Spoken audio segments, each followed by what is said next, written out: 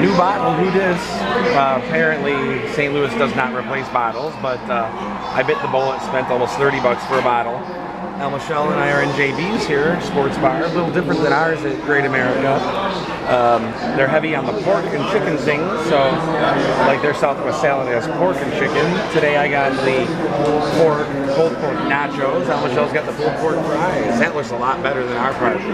Oh, and she got a nice looking drink there. Zero gravity. Zero gravity. I haven't tried it yet. You're gonna feel zero gravity after you ride that, or after you ride something after that. So, yeah.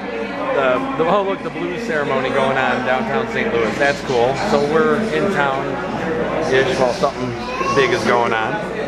So, yep, here's their JBs. They got 3 freestyles. It's small, but very fast service. You pay up here and then get your stuff.